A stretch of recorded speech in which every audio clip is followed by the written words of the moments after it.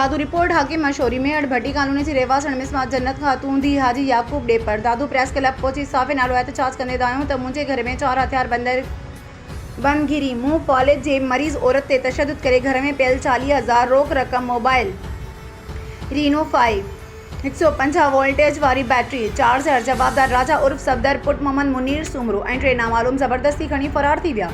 मां B section police थाणे ते फुरलुट जी MC report दाख़िल करण जे लाइ वियसि त वॾे मुंशी रिपोर्ट दाख़िल न कई।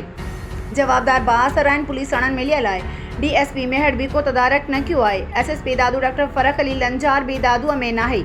जवाबदार क़त्ल करण जूं धमकियूं ॾेई रहिया आहिनि। हिननि IG Sindh DIG Hyderabad SSP Dadu doctor Farrukh Ali Lanjar Khan मुतालबो कयो त जवाबदार गिरफ़्तार करे मुंहिंजो सामान वापसि कराए इंसाफ़ कयो वञे।